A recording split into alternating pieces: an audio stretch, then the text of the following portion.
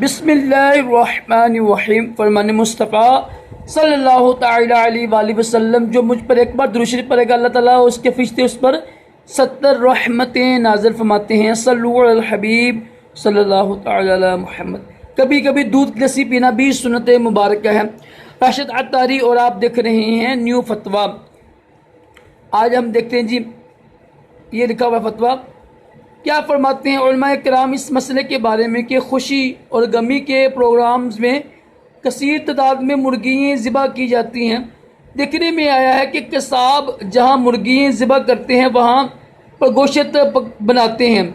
ذبح کی گئی مرغیوں کا خون گوشت پہ لگ جاتا ہے اور باورچی حضرات بھی پاک کرنے کا خاص خیال نہیں کرتے، بغیر پاک کیے ہی گوشت دیگ میں ڈال دیتے ہیں۔ تو کیا یہ طریقہ کے مطابق پکا ہوا سالن پاک ہے یا ناپاک؟ نیز جس گوشت کے بارے میں معلوم نہ ہو کہ بہتا خون اسے لگا ہے تو یا نہیں، جیسے کسی کی دعوت میں جاتے ہیں اور وہاں گوشت کا سالن یا بریانی پیش کی جاتی ہے تو اسے کھانا۔ جی بسم اللہ الرحمن الرحیم۔ سوال سنتے ہیں، بہتا خون ناپاک ہے اور جب گوشت کو لگے گا تو اسے بھی ناپاک کر دے گا، اور ناپاک گوشت کو پاک کرنا لازم ہے، لہذا اس کا خیال رکھنا فرض قصاب یعنی کسائی پر لازم ہے کہ بلا ضرورت پاک گوشت کو ناپاک نہ کرے، اور یوں ہی باورچی پر فرض ہے کہ پکانے سے پہلے ناپاک کو پاک کرے کہ یہ اس کی ذمہ داری ہے۔ اگر باورچی نے پاک کرنے کا اہتمام نہ کیا، بغیر پاک کیے دیگ میں ڈال دیا تو دیگ میں موجود پاک چیز کو بھی اشیاء کو بھی ناپاک کر دے گا، اور یوں سارا سالن ناپاک ہو جائے گا اور ناپاک چیز کو کھانا حرام۔ البتہ یہ بات یاد رہے، جب تک کسی پاک چیز کے ناپاک ہونے کا یقین نہ ہو تب تک پاک چیز کو ناپاک نہیں کہہ سکتے۔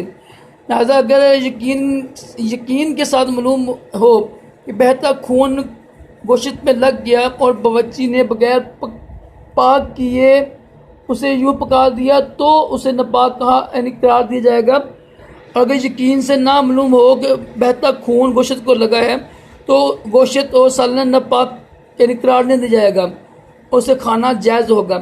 لہذا کسی کے ہاں دعوت پر جو گوشت کا سالن پیش کیا جاتا ہے اس کے بارے میں ناپاک ہونے کا یقینی سے معلوم نہیں ہوتا، اسے کھانے میں کوئی حرج نہیں۔ البتہ یہ یاد رکھیے کہ آج کل خوف خدا کی کمی ہے، گوشت کاٹنے والوں میں احتیاط نام کی کوئی چیز بہت کم ہے، لہذا مسلمان اس پر توجہ دیجیے۔ حلال اشیاء کو بھی ناپاک اور حرام اور نجس کر کے کھانے کا کیا فائدہ؟ بہتے خون کے ناپاک ہونے کے بارے میں اللہ فرماتا ہے، ترجمہ کنز ایمان، تم فرماؤ میں نہیں پاتا اس میں جو میری طرف وحی ہوئی کسی کھانے والے پر کوئی کھانا حرام ہو، مگر یہ کہ مردار ہو یا رگوں کا بہتا خون یا بد جانور کا خون، وہ نجاست ہے۔ اس آیت کے متحد یہ امام صاحب فرماتے ہیں، ترجمہ، اللہ کا فرمان اس بات پر دلالت کرتا ہے کہ بہتا خون حرام ہے۔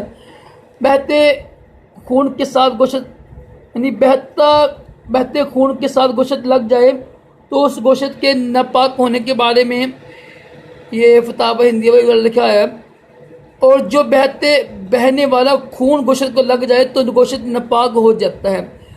پاک چیز ناپاک چیز کے ساتھ مل جائے تو پاک کر کے بھی ناپاک ہو جانے کے بارے میں یہ لکھا ہوا ہے کہ پاک چیز ناپاک چیز کے ملنے سے ناپاک ہو جاتی ہے۔ آگے جی پاک چیز کا نیچے تھوڑی آتی ہے تھوڑا پاک چیز کا نجاست کے حکم کو حاصل کرنے کے بارے میں اعلیٰ حضرت امام اہل سنت امام احمد رضا خان علیہ رحمہ لکھتے ہیں، ترجمہ، پاک چیز کا ناپاک چیز سے صرف ملنا ہی ناپاک ہو جانا اس صورت میں ہوتا ہے جبکہ پاک چیز مایا اور قلیل تھوڑی ہو اور یہ ناپاک ہونا دونوں کے صرف مل جانے سے ہو جائے گا۔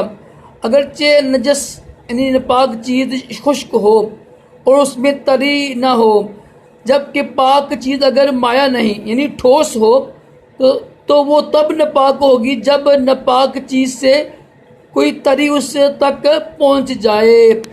جب تک کسی شے کے حرام ہونے کا یقین نہ ہو تب تک اسے اختیار کرنے کے جواز کے بارے میں امام محمد لکھتے ہیں، ہم اسی یعنی حلال ہونے کو اختیار کرتے ہیں جب تک کسی معین چیز کے حرام ہونے کو نہ جانیں۔ اور یہ قول امام ابو حنیفہ اور ان کے صحابہ کا ہے۔ ٹھیک ہے جی، یعنی جب تک کسی چیز کو پتہ نہ کہ یہ حرام ہے، پتہ نہ یقین نہ پکا یقین نہ ہے تو وہ ناپاک نہیں ہوتی ہے، پکا یقین ہونا چاہیے 100%۔ واللہ اعلم عز وجل ورسولہ اعلم صلی اللہ تعالی علیہ وآلہ وسلم۔ صلو علی الحبیب صلی اللہ تعالی علی محمد صلی اللہ علیہ وسلم۔